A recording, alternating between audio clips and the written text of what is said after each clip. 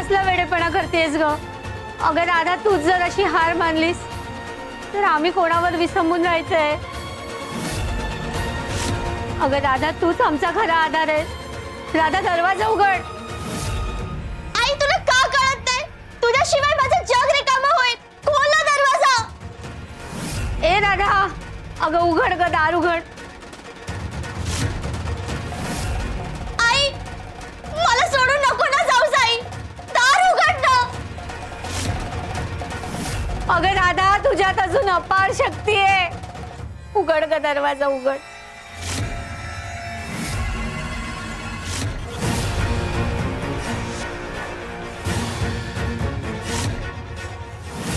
पौलमी, आता दरवाजा तोडूया.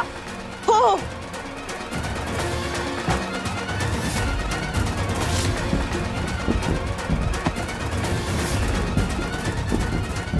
अजून जोरात मार.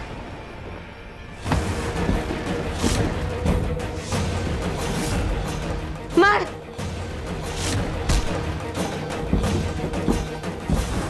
आजी, अगं दारच उघडत नाहीये. स्वामी, आता तुम्हीच काहीतरी करा. श्री स्वामी समर्थ. श्री स्वामी समर्थ.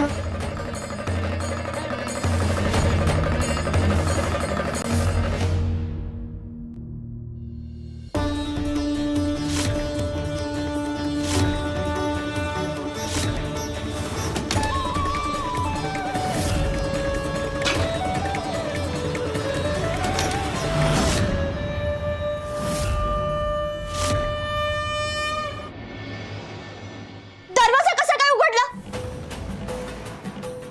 मी तर लाथ पण मारली नाही.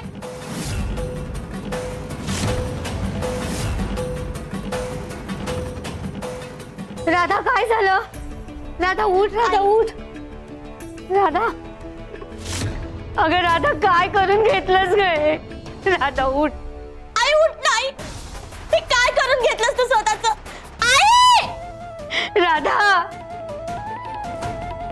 राधा, अगं उठ ना. ऐकतेस नाही? आई, उठ ना. आई, राधा.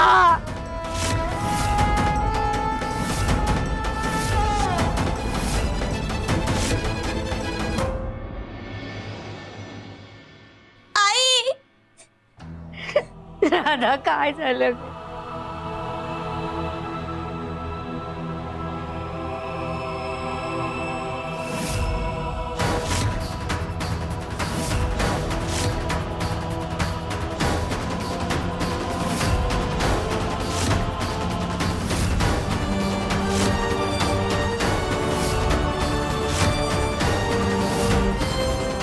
देवा देवा, ही परीक्षा का घेतलीस?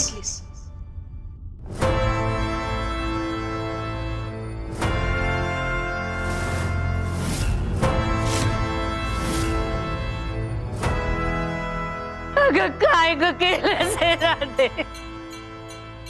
अगं राधे, आम्हाला सोडून का गेलीस? राधा, उठ ना ग. राधा, अगं पौलमी, बघ ना ग. राधा उठत नाहीये. पौलमी, हे काय झालं? राधा. आई, माझं सगळं जीवन तुझ्यात आहे. आई, उठ ना.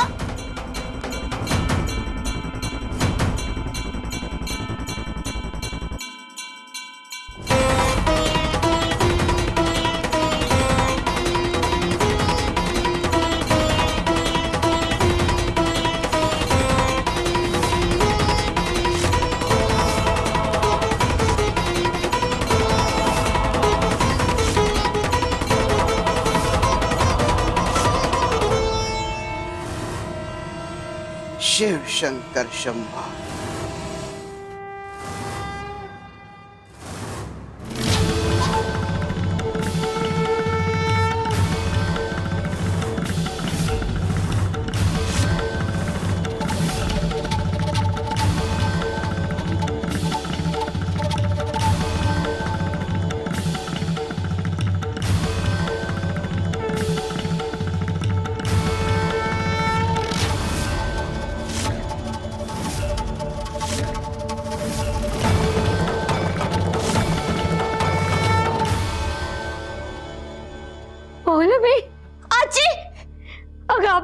जिवंत आहे.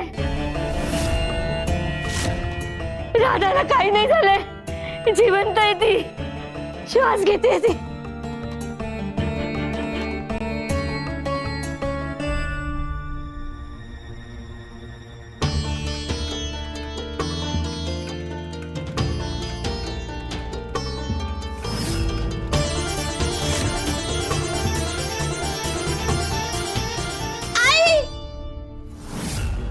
मला सोडून जाणार होतीस का? काय ग, माझ्या एकटीवर पौलमीची जबाबदारी टाकून जाणार होतीस, आणि तेही व्यंकटचं संकट डोक्यावर असतात का मला पापाचा धनी बनवत होतीस?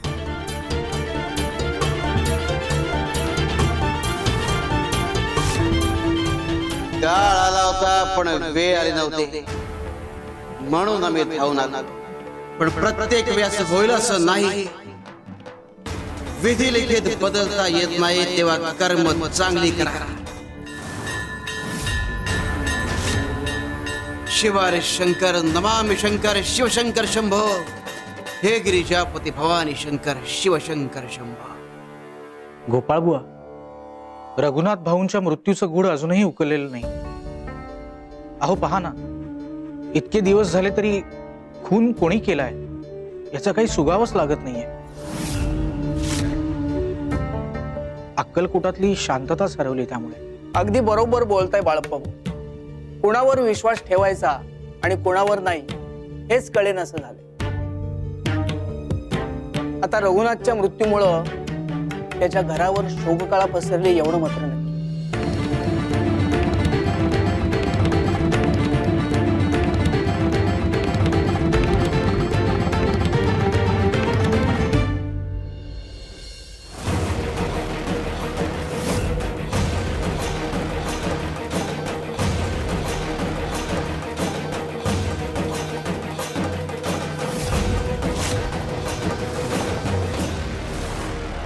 दिवा कुठे आहे?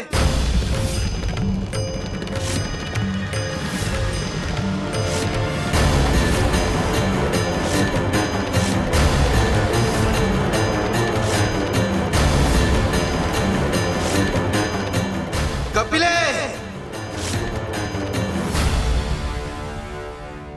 स्वामी बोलवलात?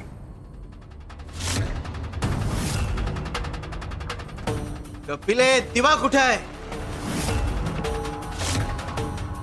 दिवा तो रघुनाथाच्या नावाने लावलेला दिवा ना, तो बाहेर निर्माल्याबरोबर केरात टाकला मी.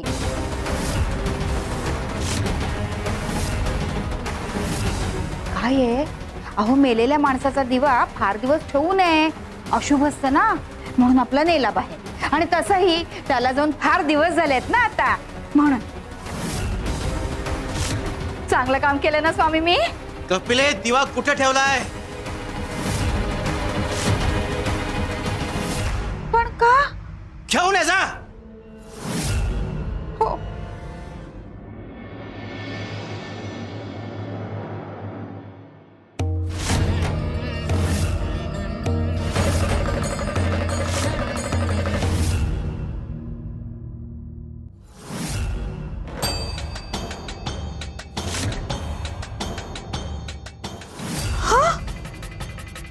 हा दिवा तर आम्ही शांत केला होता आणि मग जमिनीत पुरला होता, का तर नदीवर जायला नको म्हणून.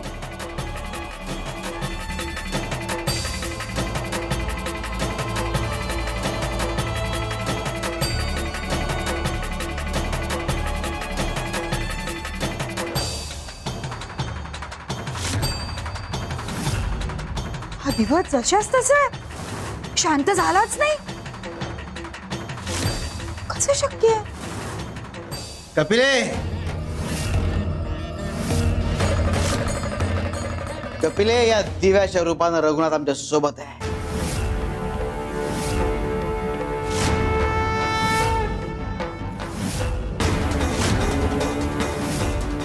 स्वामी, रघुनाथचा मृत्यू झाला नाही असं तुम्ही का म्हणताय? मृत्यू म्हणजे नेमकं काय? आत्मा शरीर सोडून जातो म्हणजे मृत्यू होतो. आता शरीर म्हणजे ती व्यक्ती असते का? आत्मा म्हणजे व्यक्ती.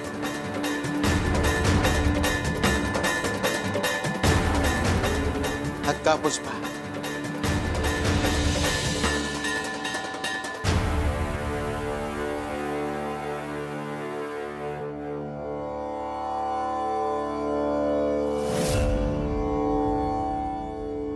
शिवशंकर शंभो.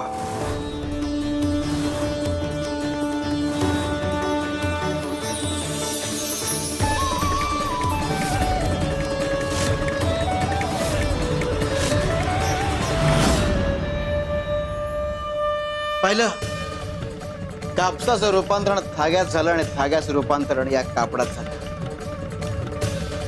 कापसाने फक्त रूप बदललं, पण कापूस कायमचा नष्ट झाला का? अरे याचप्रमाणे मृत्यू सारखाच काही नसतं अस्तित्वात. माणसं उगाच घाबरतात मृत्यूला. आत्मा एक शरीर सोडतो आणि दुसरं शरीर धारण करतो, आणि हे ज्या दिवशी सगळ्यांना कळेल त्या दिवशी कोणीतरी गेलं या दुःखातून बाहेर पडणं सोपं होईल. आमच्या राधाला याची जाणीव होणं गरजेचं आहे. जर ती दुःखात राहिली तर बेसावध राहिली आणि मग तिच्या वाट्याला मोठं संकट येऊ शकतं.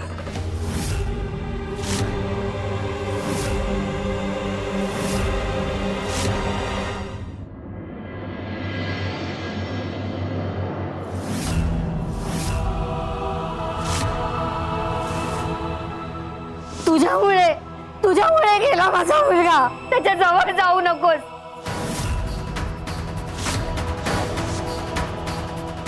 राधा अगं उठ ना. ऐकतेस नाही? आई उठ ना.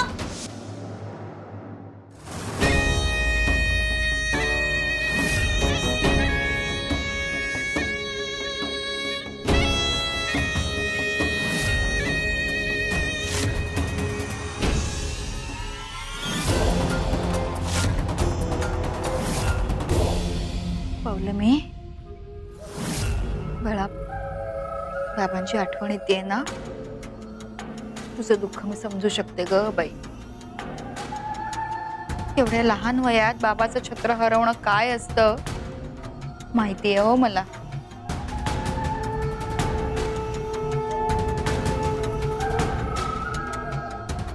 मी ऐकलंय तो व्यंकटपणे लग्नाची मागणी घालायला आला होता तुला, हो ना? माझ्या नजरेत एक उत्तम स्थळ आहे आणि त्या मुलाचं नाव आहे व्यंकट.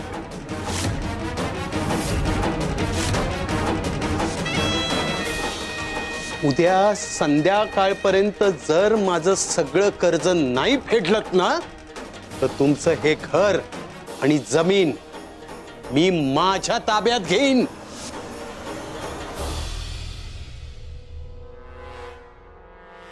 पौलमी, माझ्या ओळखीची एक व्यक्ती आहे, ती तुला मदत करू शकते. तू येतेस का माझ्या बरोबर तिच्याकडे? तुझी भेट घडवून देते मी.